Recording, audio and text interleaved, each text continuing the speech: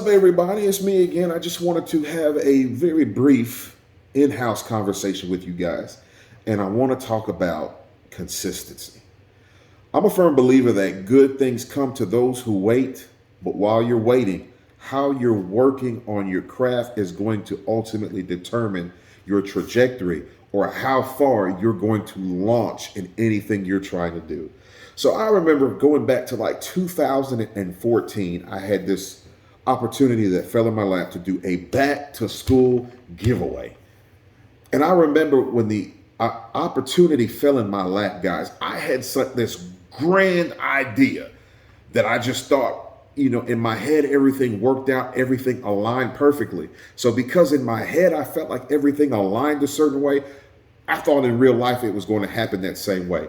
And just to kind of let you guys in on some of the things I was thinking of, living in the state of Mississippi, I thought about every famous or major person that was connected with this state. I thought about Oprah. I thought about David Banner. I thought about, a lot of the sports athletes from Jerry Rice to Brett Favre. I know some of you guys aren't from Mississippi, so you don't know some of the people connected, but I went as far as Morgan Freeman. So guys, I got online and I'm reaching out to all these people's publicists and public relations, and I'm trying to find all these information for all of these people because in my mind, I thought it up. So ultimately, I figured it was going to work like that. And a lot of these people weren't easy to get in contact with. But I remember I got this information for like a publicist or PR guy for Morgan Freeman. And I got it like at night. It was like on a Tuesday or Wednesday night. I got the information and I can't wait for the next day to come because y'all, I'm getting ready to call this guy and I've already got there like this spill, like this line written out. I've got this tremendous opportunity. We're doing this for the kids. We're giving away all this stuff. He's got to be a part of it. So I remember, guys, I had so much enthusiasm because in my mind, again, because I thought it up, it was going to work like that. And I called the guy and I laid my spill out. And I remember he was very courteous. He let me speak. And then he congratulated actually on my enthusiasm, my presentation. He thought it was impeccable. However, I was like 3 years too late with the information. He no longer represented Morgan. And then the second thing, I called him at like 8 o'clock our time, which in California was like 5 a.m. So I didn't even think about the time zone differences between where I was and where he was at. But it really provided a foundation because during the course of me trying to align this event up, I got a bunch of no's. Now, one thing about being consistent, a lot of people have a lot of good ideas, a lot of great ideas. But one of the first things you're going to run into is a test on your behalf to know how bad you really want it. Just because in our minds we work these things up in a way where we think because it's a great idea that people are ultimately going to see the value in our ideas. Sometimes that's not the reality. Sometimes it takes time. This is where a lot of, I would say 80% of people that start off one way end another. It's somewhere in that launching stage. They say that actually astronauts burn most of the fuel is in launching.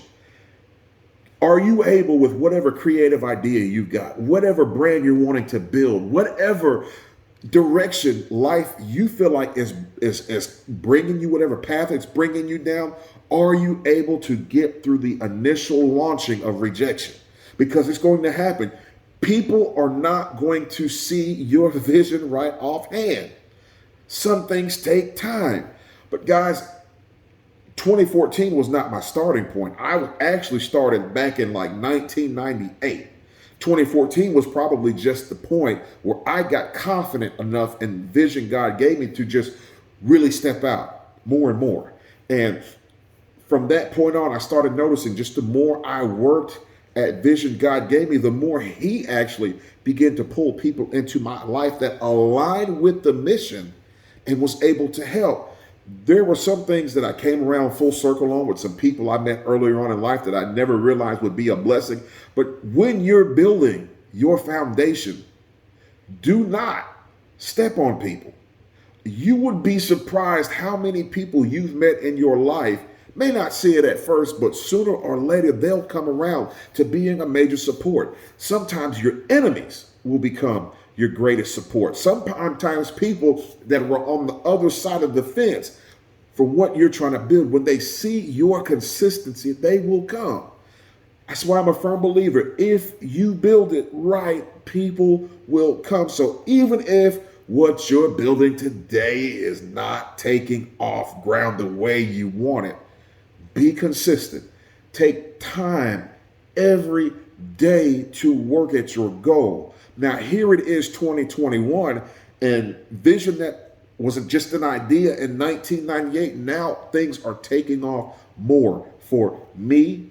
And now I've got a family. There's a lot of things that in the beginning, like a tumbleweed going downhill, it began to get momentum. And now the vision is getting so much bigger to where now sometimes all I can do is sit back and thank God for all that he's not only entrusted in us, but that he was able to accomplish through us. So I really just wanted to take a little time to encourage you guys that are trying to build something just to be consistent. Don't let disappointment, don't let discouragement, don't let the times you feel like you're walking alone by yourself, don't let that be the reason you don't accomplish your goal, because ultimately what God entrusted you with, you're the one that's responsible for it. Don't look to everybody else to do for you what you can do for yourself.